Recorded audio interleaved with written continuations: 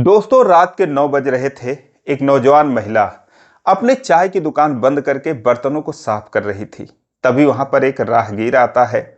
वो उससे चाय पिलाने के लिए कहता है, बनाने के लिए कहता है। महिला कहती है कि दुकान बंद हो चुकी है, इस टाइम चाय नहीं मिलेगी, चाय तो अब कल सुबह ही मिलेगी। वो कहता है, यार बहुत ठंड लग रही है, रहा नहीं जा रहा है सर्दी से, तो इसीलिए एक कप चाय प्लीज बना दीजिए, बहुत रिक्वेस्ट करता है। अंत में उस महिला को मजबूर होकर उसे चाय बनाकर पिलानी पड़ती है। लेकिन दोस्तों, उस रात जो भी कुछ होता है, एक बहुत इंटरेस्टिंग कहानी। आइए जानते हैं पूरी कहानी इस वीडियो में। लेकिन वीडियो में आगे बढ़ने से पहले बस वही रिक्वेस्ट, वीडियो को लाइक कर दीजिए, चैनल को भी सब्सक्राइब कर लीजिए ताकि मेरा हौसला बढ़ता रहे। दोस्तों, ये कहानी है बिहार के औरंगाबाद जिले की। उस महिला का नाम मीरा होता है। मीरा की उम्र करीब 27-28 साल की होती है। लेकिन ना तो वो मायके में रहती थी, ना ससुराल में रहती थी, बल्कि उसने अपना एक अलग ठिकाना बना रखा था। एक कमरा किराए पर ले रखी थी, जो 1,000 रुपये महीने उसका किराया था। और वहीं पर दोस्तों चाय की दुकान चलाकर पिछले 4 सालों से अपना गुजारा कर रही थी। रोज 100, 200, 300 रुपये बस यही कमा लेती थी। लेकिन दोस्तों, उस दिन 11 जनवरी 2024 का ये दिन था, जब रात के 9 बजे एक युवक उसकी दुकान पर आता है। उसकी उम्र करीब 30 साल की थी। उसका नाम विजय होता है।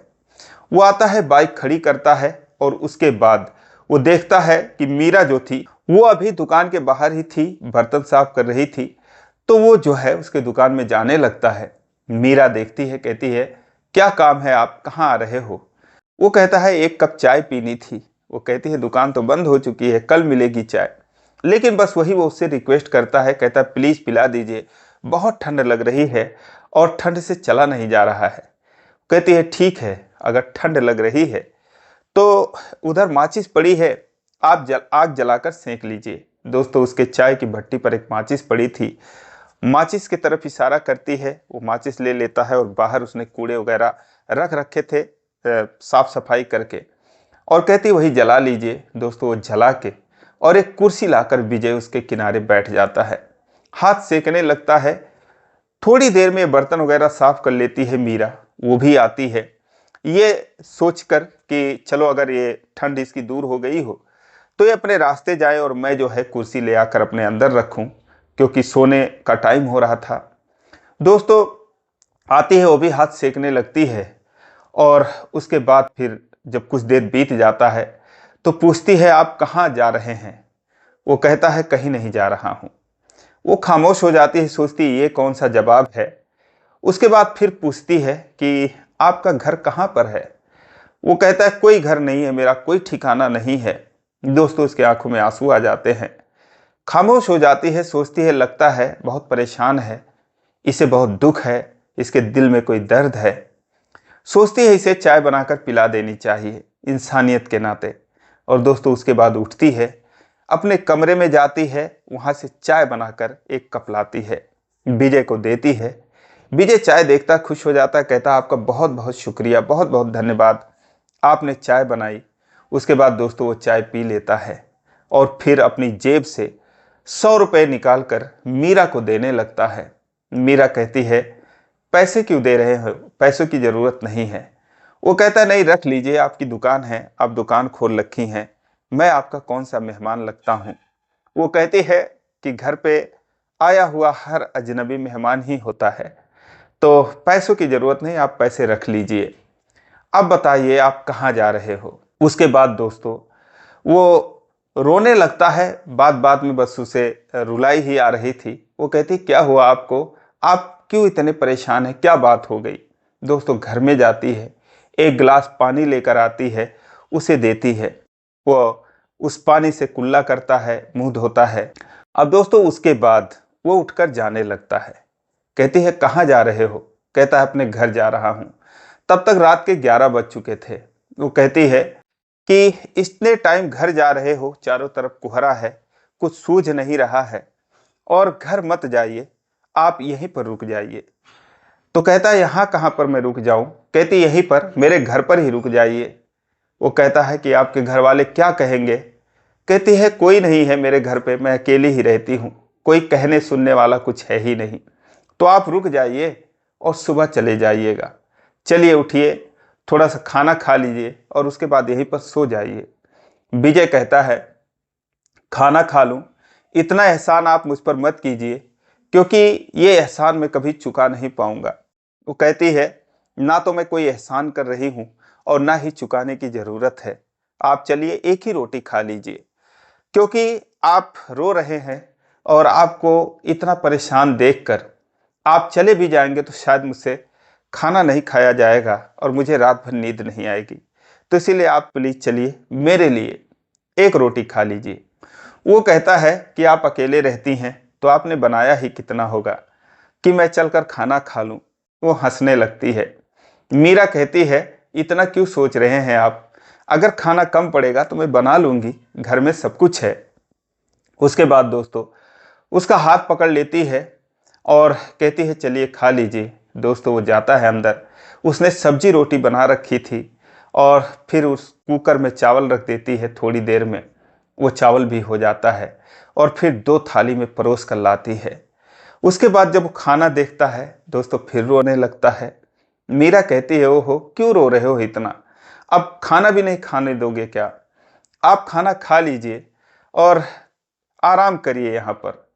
दोस्तों फिलहाल वो खाना खा लेता है और वो उसका बाइक रखवा देती है, उसको कंबल से ढक देती है और उसके बाद दोस्तों फिर वो उसका एक बिस्तर लगा देती है, अपना बिस्तर अलग चारपाई पर लगा देती है और फिर आकर उसके पास बैठती है। कहती है कि अब बताइए आप कहाँ जा रहे थे और कहाँ से आ रहे हो। वो कहता है, कुछ नहीं, बस ऐसे एक दोस्त के यहाँ गया था, पार्टी थी वहाँ पर, लेकिन बातों बातों में दोस्तों से झगड़ा हो गया तो फिर मैं इसी टाइम चल दिया, मेरा घर काफ़ी दूर है। वो कहती है, झूठ मत बोलो, मुझे सब पता है आपके बारे में कि आपके ऊपर क्या गुजर रही है, आप क्यों अपनी जान देने जा रहे हो। दोस्तों वो हैरान हो जाता है, कहता है कि आपको कैसे पता मैं जान देने जा रहा हूँ, किसने बताया। दोस्तों फिर वो अपने ब्लाउज से एक चिट्ठी निकालती है और उसके हाथों पर रखते हुए कहती है, ये क्या है। दोस्तों जिस समय जो विजय था वो अपनी जेब से वो 100 रुपये निकाल रहा था उसको चाय के पैसे देने के लिए, उसी समय उसके जेब से वो कागज का टुकड़ा गिर जाता है। वो कागज का टुकड़ा उसके हाथ लग जाता है और उसके बाद उसमें कुछ लिखा था। अब दोस्तों उसकी परेशानी समझकर वो सोचती है कि जो अंदाजा लगा रही थी दोस्तों वो वही था। उसने उसमें नोट में लिख रखा था कि मैं अपनी जान देने जा रहा हूँ, अपनी मर्जी से दे रहा हूँ और इसमें मेरे बाद किसी को परेशान मत किया जाए। जो भी मैं कुछ कर रहा हूँ खुद से ही मेरा फैसला है, इसमें किसी का कोई दोष नहीं है। और दोस्तों ये कागज़ जब वो जाती है उसमें और भी चीज़ें लिखी थी, पढ़ लेती है और फिर उसके बाद वो पानी गर्मा कर लाती है, उसे देती है और फिर उसे वो रोक लेने का फैसला करती है। सोचती है कि अगर मैं रोक लेती हूँ, कुछ बातचीत करती हूँ तो क्या पता किसी का भला हो जाए, क्या पता इसका इरादा बदल जाए। अब दोस्तों उसके बाद जो विजय था सन्न हो जाता है, फिलहाल उसके आंखों में आंसू थे। कहता है, क्या करोगी जानकर। मीरा कहती है, मैं कुछ भी कर सकती हूँ। दोस्तों वो कहता है, कुछ भी कर सकती हो क्या मतलब, क्या तुम इस बिस्तर पर सो सकती हो। कहती है कि हाँ, लेकिन मैं क्या बनकर सो जाऊं, अगर मेरे सोने से आपकी परेशानी दूर हो जाए तो मैं बिल्कुल सो जाऊंगी। अब बताओ क्या बात है। दोस्तों फिर वो सारी कहानी बताता है। उसके अनुसार उसकी शादी 6 साल पहले एक लड़की जिसका नाम स्नेहा होता है, स्नेहा से हुई थी। लेकिन शादी के बाद दोस्तों मुंबई कमाता था, अच्छे पैसे कमाता था। स्नेहा के लिए उसने कोई कमी नहीं छोड़ी, लेकिन वो थी कि दूसरे से प्यार करती थी। शादी के बाद ही उसे किसी और से उसका कांटेक्ट हो गया, फिर उसके प्यार में पड़ गई और इसके साथ वो रहना नहीं चाहती थी। पिछले 5-6 सालों से परेशान था और वो इसके ऊपर केस भी लगा रखी थी कि मारपीट करता है, दहेज मांगता है, तमाम चीज़ें। लेकिन वो था कि स्नेहा को छोड़ना नहीं चाहता था, क्योंकि दोस्तों उसके माता पिता थे, उसकी इज्जत थी, भाई बहन थे, सब कुछ थे। इसीलिए वो बार बार उससे रिक्वेस्ट करता था कि मेरे साथ रहो, मेरे साथ चलो, ऐसा कुछ मत करो, बदनामी हो रही है। दोस्तों लेकिन वो जो है पिछले 2-3 सालों से उससे बिल्कुल अलग रह रही थी, मायके में रह रही थी और वहाँ से उसका मायका मात्र 10 किलोमीटर की दूरी पर था, जहाँ पर मीरा की दुकान थी। तो उस दिन भी वहां पर गया था और उसकी पत्नी जो स्नेहा थी, उसके माता पिता भी उसी का पक्ष ले रहे थे। वो जाता है और ये नोट लिखकर लेकर जाता है कागज में कि देखो, आज मैं सच में अगर तुम नहीं चलोगी मैं अपनी जान दे दूंगा। वो कहती है कि तुम्हारी जो मर्जी करो, जहां मर्जी जाओ, बुड़ जाओ, धंस जाओ, मुझसे कोई मतलब नहीं है, अच्छा ही होगा, मुझे छुटकारा मिल जाएगा। दोस्तों, उसका दिल टूट जाता है और फिर वो वहां से चला आता है। लेकिन रास्ते में आता है तो फिर उसका दिल नहीं मानता, कहता है कि एक बार और चलता हूँ। क्योंकि दोस्तों, अंतिम बार वो सोच रहा था कि अगर आर या पार, आज जो भी होगा वो देखा जाएगा। आज अगर वो नहीं चलेगी मेरे साथ तो मैं भी इस दुनिया में नहीं रहूंगा। फिर जाता है, कहता मैं आखिरी बार कह रहा हूँ, मेरे साथ चल चलो। रोता है, गिड़गिड़ाता है। लेकिन दोस्तों, ना तो स्नेहा का दिल पसीजता है ना ही उसके माता पिता का। वो कहती है कि ओहो, मैं तो सोच रही थी तुम्हारे मरने की खबर आएगी और तुम जो है फिर से मुंह दिखाने चले आए, शक्ल दिखाने चले आए। कितने बेशरम आदमी हो। कोई दूसरा आदमी होता तो इतना वो धमकी नहीं देता, अब तक जो भी कुछ करना होता कर लिया होता। अब दोस्तों, इस बात से बहुत ही आहत हो जाता है। वो कहता है यार, अब जीने से कोई फायदा नहीं, और फिर वो चला आता है। लेकिन दोस्तों, जब वो आता है तो ठंड इतनी थी कि हाथ इतने गल रहे थे कि उससे ठीक से बाइक नहीं चलाई जा रही थी। फिलहाल वो जो मीरा की दुकान थी उस पर कभी एक दो बार चाय पिया था। उसे पता था कि यहाँ पर जो है चाय मिल सकती है, और उसके बाद वो बाइक खड़ी कर देता है। जब मीरा बाहर बर्तन धो रही थी, सोचता है कि चाय मिल जाएगी। और दोस्तों, फिर इस तरीके से उसकी और मीरा की मुलाकात होती है। उसके बाद वो रोने लगता है, सारी कहानी मीरा को ये सब बताता है। उसके बाद मीरा कहती है कि बस इतनी सी बात है, और इतना तुम परेशान हो गए, जो तुम्हारे साथ नहीं रहना चाहती उसके लिए तुम अपनी जान देने जा रहे हो। अब दोस्तों, उसके बाद विजय कहता है कि मैं उसके बिना कैसे रहूं, उसके बिना समझ में नहीं आ रहा मैं क्या करूं। वो कहती अपनी जान दे दोगे तो फिर तुम्हारे माता पिता का क्या होगा। वो कहता है कि मेरे माता पिता की कोई टेंशन नहीं है, और भाई है, बहन है, रिश्तेदार है, वो सब उनको देख लेंगे। अब दोस्तों, उसके बाद मीरा कहती है कि देखो, ऐसा मत करो, चाहो तो मेरी जान ले लो लेकिन अपनी जान मत दो।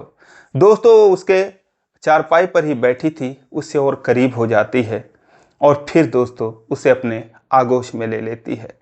अब उस रात दोस्तों वो दोनों सो नहीं पाते, उनके बीच की सारी दूरियां खत्म हो जाती हैं।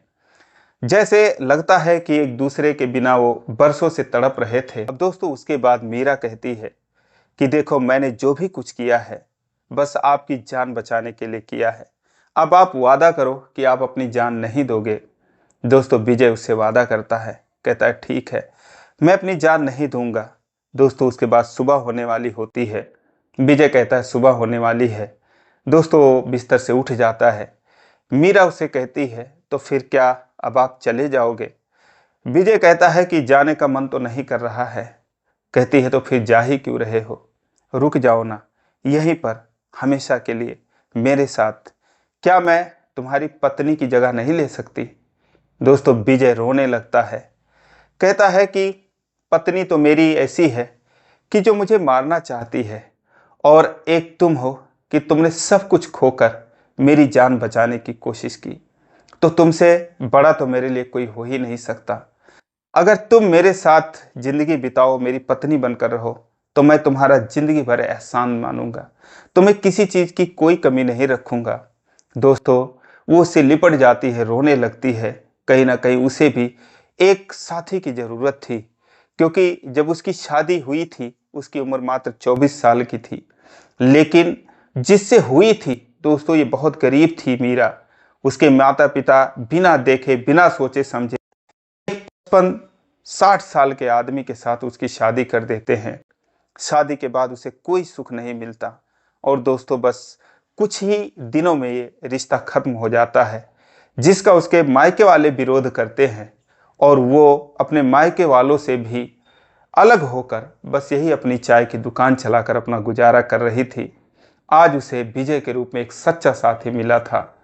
दोस्तों, उसके बाद उसी दिन वो दोनों साथ रहने का फैसला करते हैं। उसी दिन उसकी दुकान बंद हो जाती है। वो उसे अपने बाइक पर वहीं से बिठाकर अपने घर लाता है। 2 दिन के बाद मुंबई चला जाता है।